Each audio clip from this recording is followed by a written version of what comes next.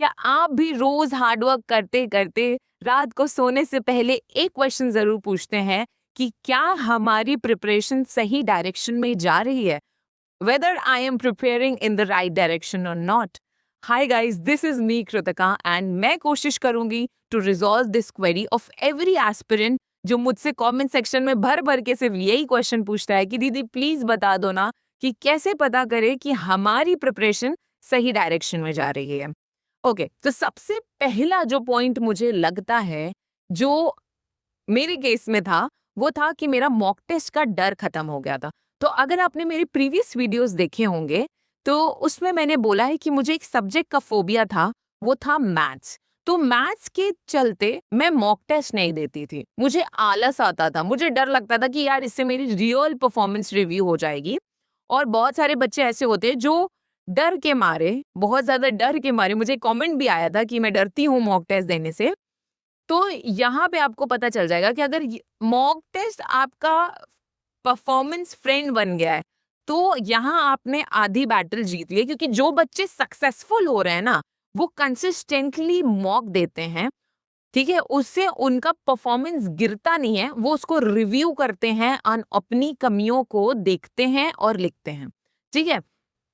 तो यहाँ आपका सबसे बड़ा जो मुझे ऐसा लगता है ये चीज है कि ये खत्म हो जाएगा। दूसरा है आप एनालिसिस जो है मॉक टेस्ट को देने के बाद ज्यादा समय एनालिसिस पे देते हो। अगर आप ये कर रहे हो, ये बहुत आपको लगेगा यार ये क्या नया बता रही है, नया नहीं है, ये ओल्ड है, ओल्ड स्कूल टाइप है। लेकिन लिटरली अगर आप ये नहीं कर रहे हो आप बहुत पीछे हो, चाहे वो कोई भी लेवल ऑफ एग्जाम क्यों ना हो। स्पीड टेस्ट देना है, उसका एनालिसिस में उससे दुगना टाइम देना है, क्योंकि अगर आप ये नहीं कर रहे हो तो आपको अपनी गलतियां ही नहीं पता चलेगी, और जब गलतियां ही नहीं पता चलेगी तो सुधारोगे कैसे? ठीक है, after giving multiple prelims and clearing at the same time I got this insight of me. ठीक है, ये मेरे पीओवी है, मैं हमेशा कहती हूँ this is my point of view. Maybe ये आपसे रेजोनेट हो ना हो, because it varies to people, क्योंकि सबकी स्ट्रैटेजीज अलग है। मेरी स्ट्रैटेजी अलग थी, आपकी स्ट्रैटेजी अलग होगी, राइट? अब ब्लाइंडली फॉलो भी नहीं करना है, ब्लाइंडली मुझे भी नहीं फॉलो करना है, बट ये की पॉइंट्स है जो एक सक्सेसफुल स्टूडेंट कर रहा है। चाहे तुम किसी का भी मॉक उठा के इंटरव्यू देख लो जिसमें सिलेक्टेड स्टूडेंट है, वो ये बोलेगा ही बोलेगा कि एनालिसिस पे टाइम देना है, अपने मिस्टेक्स को एनालिसिस करने हैं, वरना तुम वही गलती जो एसटी में कर रहे हो, क्योंकि वही तो आपका एक, आप मान सकते हो मिनी डेमो होता है पता करने का कि यहाँ पे मैं ये चीज गलत कर रहा हूँ, तो रियल एग्जाम में आप नहीं करने वाले, ठीक है। थर्ड है, मैंने एक मिस्टेक नोटबुक बनाई थी। अब मिस्टेक नोटबुक मैंने इसका नाम दिया था, तुम कुछ भी दे सकते हो। मिस्टेक नोटबुक तुम्हारी कहीं से भी हो सकती है। जैसे अगर तुम इनिशियली प्रैक्टिस कर रहे हो और कोई क्वेश्चन तुमसे गलत हुआ तो तुमने उसको उठा के रख दिया, ठीक है, ये तुम्हारा है कि तुमने उस क्वेश्चन को लिख दिया।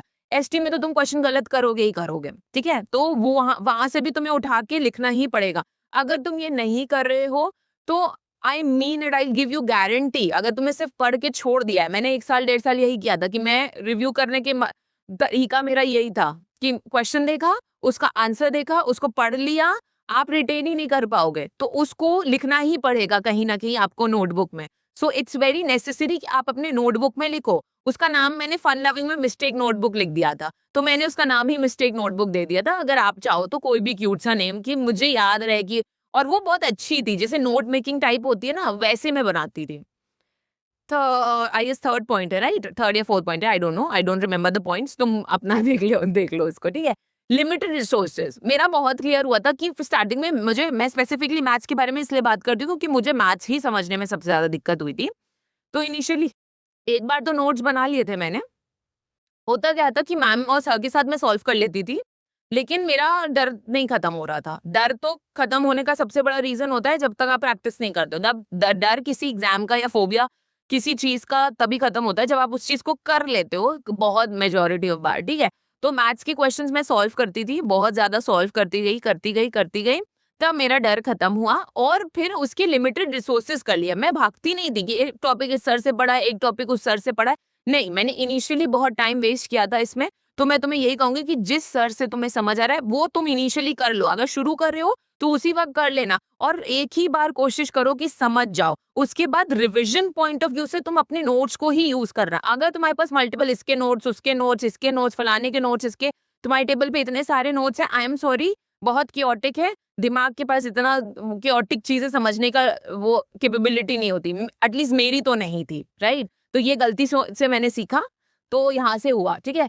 दूसरा, तुम्हें अपनी जो स्पीड और एक्यूरेसी है, for example me as a banking aspirant, I will tell you, I improve my speed and accuracy by multiple practice. और ये जो स्टेप्स मैंने तीनों फॉलो किए, तब मुझे अपनी स्पीड और एक्यूरेसी में आया। जिसने भी आरबीआई असिस्टेंट दिया होगा उसको पता होगा कि अगर जो 95 क्वेश्चंस या 95 से अबव करके आया है, वो उसका स्पीड आप सोचो कितना तगड़ा होगा, उसका एक्यूरेसी कितनी तगड़ी होगी। और वो कैसे आई, एक दिन में तो आ नहीं गई होगी, वो मल्टीपल टेस्ट देने के बाद, मल्टीपल मॉक टेस्ट देने के बाद, मल्टीपल गलतियों को सीखने के बाद, तब वो उस लेवल पे मैं I myself had 95 questions, right.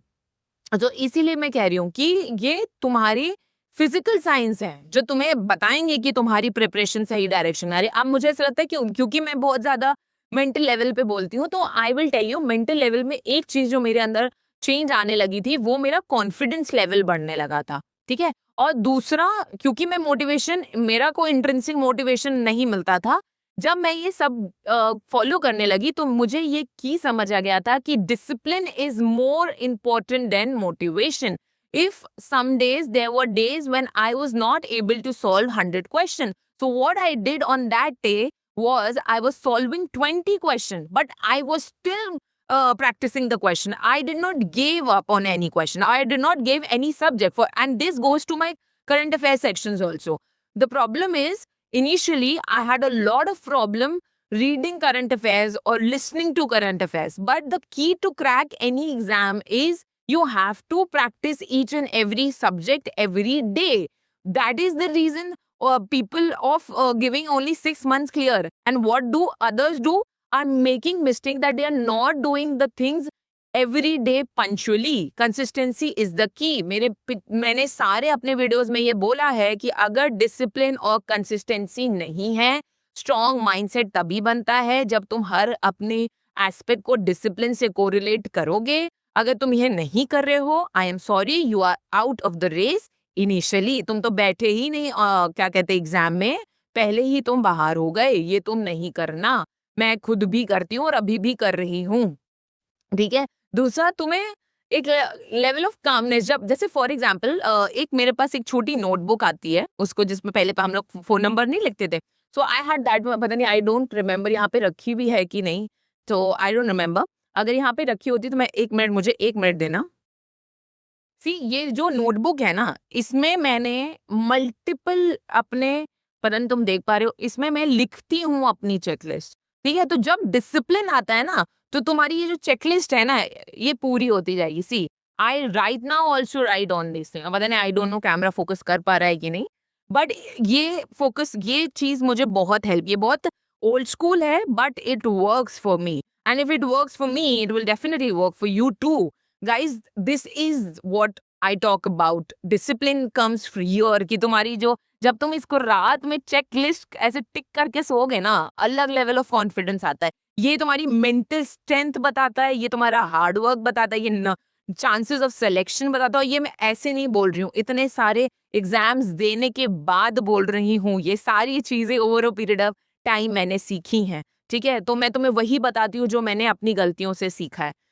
Third, तुम नॉनसेंस को एकदम भी इग्नोर करने वाले हो, ठीक है। बहुत लोग तुमको बहुत कुछ बोलने वाले हैं, तुम्हें वो एन नंबर, अरे बहुत डराएंगे, सब करेंगे, तुम्हें फर्क ही नहीं पड़ रहा है, क्योंकि तुम्हारा फिजिकल परफॉर्मेंस, तुम्हारे मार्क्स, तुम्हारी एक्यूरेसी, तुम्हें ऑलरेडी इतना कॉन्फिडेंस दे चुकी होगी कि तुम्हें लोगों की बातों का फर्क नहीं, तुम अपने आप को प्रायोरिटाइज करने लगोगे, जहां ना बोलना है वहां ना बोलने लगोगे। और पता है इससे क्या होता है, मैंने ऑब्जर्व किया कि जब मैंने डिसिप्लिन फॉलो सिर्फ एक एरिया में किया, मेरा सारा डिसिप्लिन मेरे खाने पे भी मुझे दिखने लगा, मेरे लुक्स पे मैंने देखने लगा, मेरे बॉडी पे मुझे दिखने लगा। वो इनिशियली तुम्हें हर जगह दिखेगा, and this is the only reason I say कि discipline is the key, consistency is the की।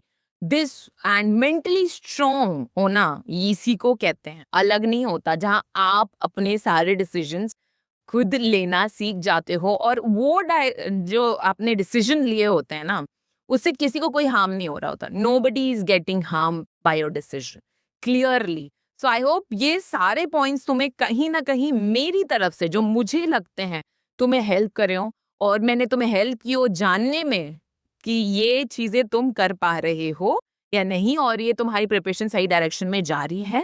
जैसे तुम भर भर के क्वेश्चन मेरे कमेंट सेक्शन में भर देते हो, प्लीज ऐसे ही कमेंट सेक्शन में फिर भर देना अपने क्वेरीज, अपने डाउट्स, अपने एक्सपीरियंसेस, जो भी तुम्हें अपना शेयर करना है. मुझे बहुत अच्छा लगता है जब तुम ओपनली आके मुझसे अपने क्वेरीज, अपने इनसिक्योरिटीज, अपने एक्सेप्टेंस करते हो. मुझे बहुत बहुत, और अपने फीडबैक्स देते हो, अपने ओपिनियंस देते हो. मुझे बहुत अच्छा लगता है. I really like when you guys give lot of efforts in this feedbacks. And मैं हमेशा इंतजार करती हूँ कि क्या नया आज कमेंट सेक्शन में मिलने को, पढ़ने को मिलेगा. Thank you guys. अगर मैं हेल्प थोड़ी सी भी कर पाई हूँ बाय गॉड ग्रेस, मैं हमेशा कहती हूँ मैं जो भी बोलती हूँ मेरे ईश्वर ने मुझे इस लायक बनाया कि मैं बोल सकूँ. मैं उन्हें भी हमेशा शुक्रिया करती हूँ. अपने वीडियो में मैंने हमेशा हमेशा उनको बोला है कि उनकी वजह से ही आज मैं ये बोल पाती हूँ. I always focus saying that. बाकी I will say thank you. Thank you for watching me. Please do like, share and subscribe to my channel and keep writing comments. Thank you.